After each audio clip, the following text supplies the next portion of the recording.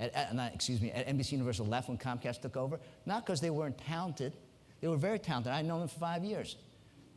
But they didn't know the people from Comcast. They knew the people from GE. And Comcast, rightly so, brought in people that they knew and that they knew were loyal to them. So the game of being successful isn't based only about smarts and what you know, but showing that you are loyal to your company, to your employees, to your customers, to your suppliers, and to your investors. Second I, being a great listener. Don't wait to talk, right? A lot of people are there waiting to talk, waiting for their turn to chime in. Be a great listener, but it's not only about being a great listener, being a communicator that you are a great listener.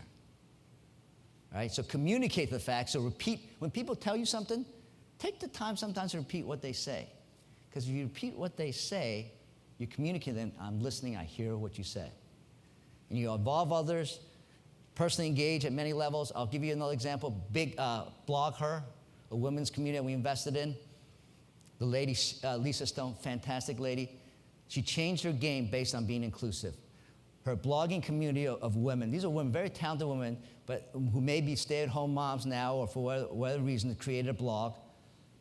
They decided, look, this is now my new world. Remember we talked about being emotionally engaged? They got emotionally engaged in the blogs, got emotionally engaged with the community, and they wanted to see the other blog friends, their virtual friends, they want to make to be real friends. And so what happens, they create these conferences that are now sold out for all these bloggers who come together to meet all the friends they've met online over the years, to communicate and share and build real friendships. That wouldn't have happened, that wasn't the original business, but that came out of being listening and hearing to what the community and what the clients had to say. Third I, make an impact. Making an impact is being an expert, having a game changer, generating new ideas. We just talked about Healthline and West Shell.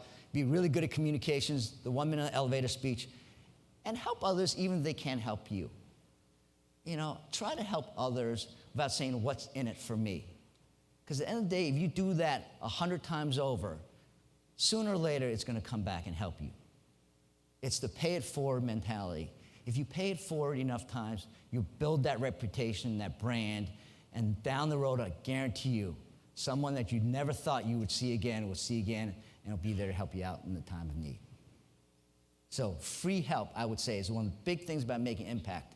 When people are saying, you're actually doing this just to help me out, taking time out of your busy day, and there's nothing here for you to gain from that, that's emotionally connecting with someone and building loyalty for a very, very long time. And then finally, I like to say, the number fourth I is to inspire people. Be passionate but caring. Build personal relationship. People do business with people, right?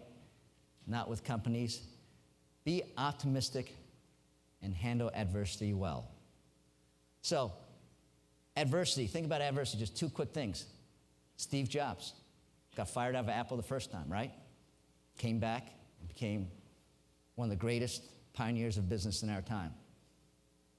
New England Patriots. Someone asked me to talk about football, so I had to do it. I'm rooting for the Giants, not the New England Patriots, sorry, from New York. But I knew I'd get a little cat. But Bill Belichick is one of the greatest coaches of our time, whether he's in New England or not, right? But if people know Bill Belichick, he got fired out of it. He wasn't a good coach the first time. He was in Cleveland Browns, he got fired, and he reinvented himself and came back to the New England Patriots. So to handle adversity well is those people are going to say, I'm going to prove people wrong, I'm going to do it better and learn from the last time. And I would say, how do you energize others, which I would say is the most important thing. Have you guys heard about the golden rule? What's the golden rule?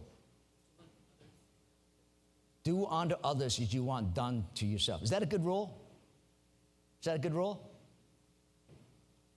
Still looking for the right answer. Is that a good rule? Still looking for the right answer. Is that a good rule? Okay, there's a book called The Platinum Rule. The golden rule says, do unto others as you want done to you. Makes one false assumption, and that is everybody is exactly like you.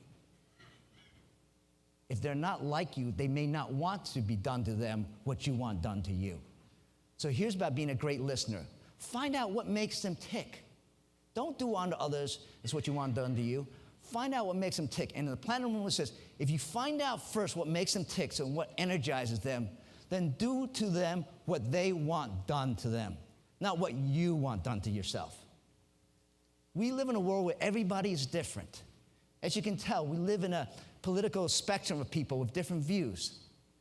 So the first thing, if you want to engage with someone, understand what makes them tick. Some people might want a raise as a way of saying they did a good job. Other people might want just a great pat and back and a couple days off. So the golden rule is the biggest fallacy, I think, about engaging and inspiring other people. Focus on the platinum rule. Understand that they are different from you, first rule. Understand what makes them tick, and then do to them as they would want done to them, okay? That's how you energize others. That's the fourth I. And then finally, I have 4 kids. Told you I was trying to energize all 4 kids. My youngest, who was 9, was about 6 when I was trying to energize him.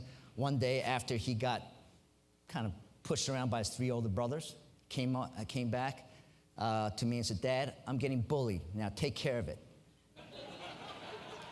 Okay.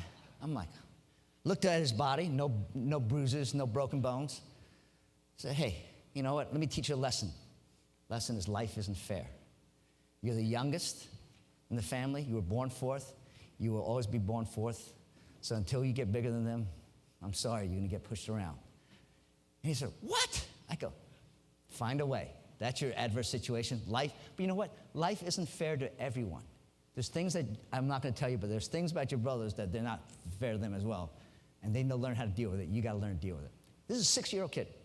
So I keep on saying that don't ever say it isn't fair anymore. Life isn't fair. So about 6 months later, comes to me and says, Dad, I want to play this video game. Remember, all these kids on now play video games with me. And I said, no, I can't. I'm doing work. And he goes, it isn't fair. And I said, remember what I told you? He goes, yeah, life isn't fair. He goes, but Dad, today's a good day. I'm like, what? I said, why is today a good day? He said, Dad, you're going to play video games with me today even though you want to do work. I said, why is that? Because guess what? Today, life isn't fair to you, Dad. So he found a way. And now, just so you know, he's 9 years old, and he runs the household. And all the brother listens to him, and they don't beat him up anymore. So let me wrap it up. Build a personal brand for yourself and your company using the 4 I's. Integrity, inclusiveness, impact, and inspire. If you build it, they will come. Investors will come. It's one of my favorite movies, Field of Dreams. And I would just want to say, to summarize, the top 5 secrets again. Be in the next emerging growth area. Try to see the future, not last year's growth area. Have a simple communication strategy. Be an entrepreneur, not just an innovator. Talk the language that when you talk to investors, the language they're